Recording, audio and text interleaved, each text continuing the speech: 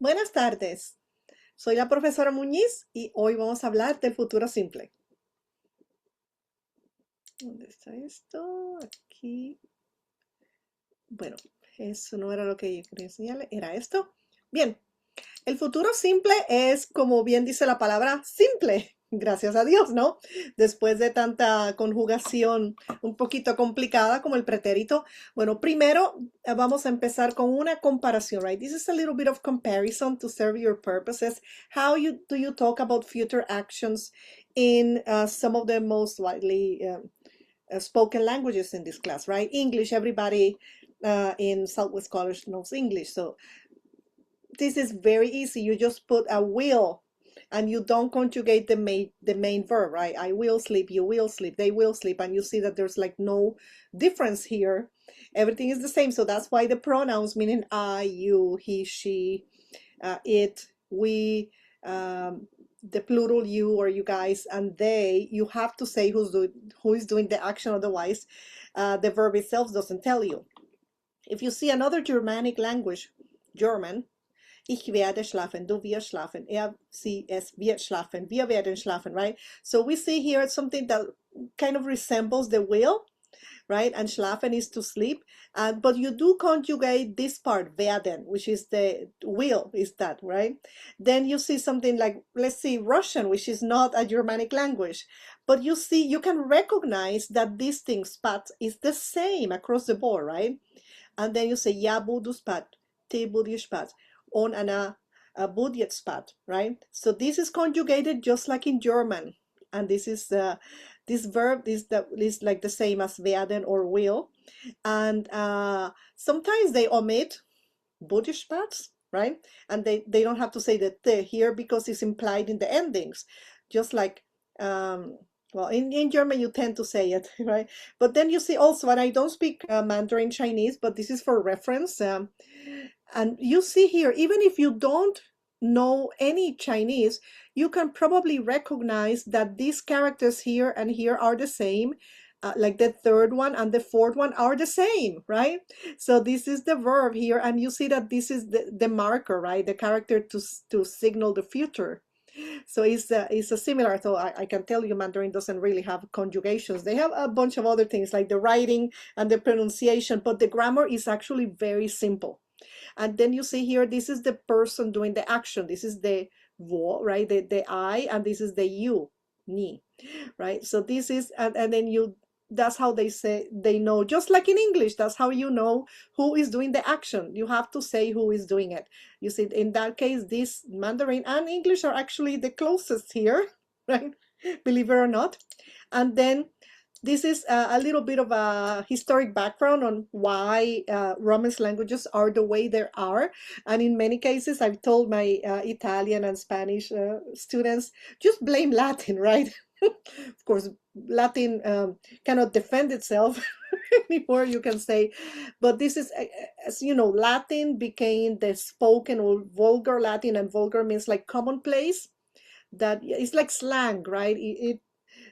The Roman Empire was, it spread so wide, and many places like travel wasn't as easy, so they became like kind of isolated people who left 100 years ago that family, and then the speech evolved, and that's what they call the vulgar Latin, and that's how what gave birth to the different Romance languages, right? Populations that were like in different places, like Romania is very far from modern day Portugal and so on, right? And back in the day, in the Middle Ages, they had a distinct like identity, cultural and linguistic, right? That had the same origin but had evolved into something very different. So what they said here, this is the vulgar Latin. This is not Latin anymore, right? So just similar to like the way they do it in English, right? That like haber, like I will have, like I have to do something, right? And you see here that how it resembles other Indo-European languages, like the way they do it in English, German, and Russian, like to have to do something, right? Meaning that I have to do it, I will do it, right? Kind of the same thing, right? You have to, you must, right? And then, so they started talking like this. cantare, habeo, and then it became into cantare, right? Cantare, cantare, and you see here how to cantarás, right? So this is how it becomes cantar, and this is kind of the same because the age lost its sound also around the same time in the Middle Ages, right? And then cantaremos, right? And this is the way that it used to be in the right. So this here is in the Middle Ages, and then cantarán, right? So, and then you see what happened, right? You see how it came about. And then, yes, you still see similarities in other Romance languages because you see here how they, Italian, right? Well, in Spanish, dormiré, and Italian dormirò.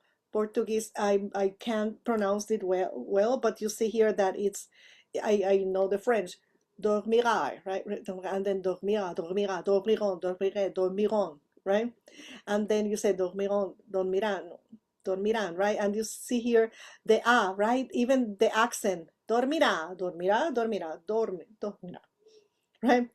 Ons, hemos. So it's just it's some kind of kind of ending in the nosotros, in the we form. And then also here the for the you guys, dormirete, dormiréis, right? And I put the Spanish from Spain here because it's more similar than the ustedes, right? Because the ustedes is dormiront, right? Dormirano. Even the French, even if they put a different letter, sometimes you have to say it and it sounds very similar, right? And then you see, there you got it. How the Latin suffix, right? The two verb construction became one in the Romance languages. Pretty neat, right? So that gives us, gets us to today. How do we do the conjugation, right? So again, you don't remove, and again, if you also do Italian, you'll see similarities. Do not remove the ar, ir ending, because again it's like you're saying I have to study, right? To study, I have, right? And then you put the entire verb and then the extra at the end. So if you say dormir, up until now, in present, in the preterite, and in the imperfect, you would take out the ar, ir ending, and then you put the conjugation ending. But here you attach it to the entire verb, and that is very important because otherwise you come up with something different, right? So instead of hablé, instead of hablaré, and that would be a different tense if you take out the ending. Let me put this here, hablar, right? If you take out the I will speak, you just put the to the entire verb, hablar. If you don't if you don't leave it and you take it out like we did so far until now, this is not future. This is preterite, like the opposite, right? Hablé instead of hablaré. I spoke instead of I will speak. So yes, very important not to forget to leave the verb, like hablar, comer, escribir. Do not take the ar, ir. Yo hablaré, yo comeré, right? Yo escribiré. Nosotros hablaremos, nosotros comeremos, nosotros escribiremos. Again, do not take out the ending in this tense. Okay, let me go back here. And then this is just an example, and wait, if I don't erase that, I will drag it all the way into every screen, right? So this is again the examples here. You put these endings at the end of the infinitive form. And then, yes, and there are some irregulars, and that's, we have some grammar's reference sheets and pages. There are 3 irregular roots, and I have it in a Quizlet set that we will practice with. And well, the 2 main ones are when you drop a vowel from the root, right? And the other one when you replace a vowel with a D. And this is an example. Instead of teneré, tendré. You replace E for D.